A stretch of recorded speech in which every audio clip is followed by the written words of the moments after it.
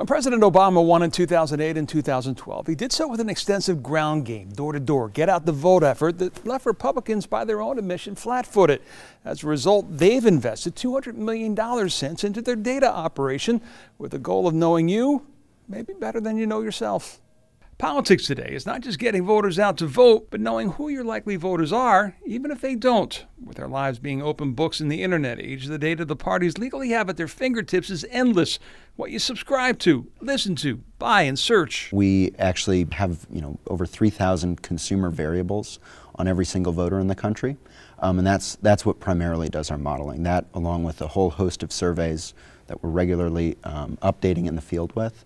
And so we're able to build out a profile of what a Trump supporter looks like, what a Clinton supporter looks like. So here in Ohio in 2016, while the average of polls had Trump with a 2.2% edge at the end, the RNC says their numbers had him winning by 8, and we're only off by 0.2%. One of the cases that we love to point to is in Ashtabula County, a county that hasn't voted for a Republican in a presidential election since 1984.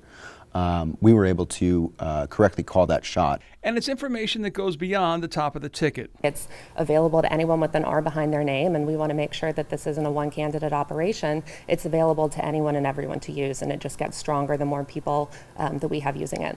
But they insist it still gets down to a grassroots level of door-to-door talking with voters, and that's a big part of their efforts. Data has never created a new vote. Data has never persuaded a voter to vote with us.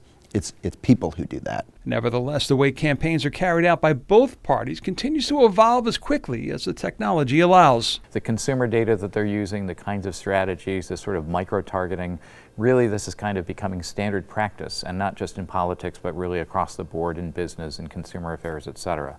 But to see how they're using this and really tying consumer demographics, voting preferences, and stands on issues together to build coherent campaign strategies, not just at the national level, but at congressional and Senate campaign level, state by state, really is an interesting twist that I don't think we've seen quite to this degree before.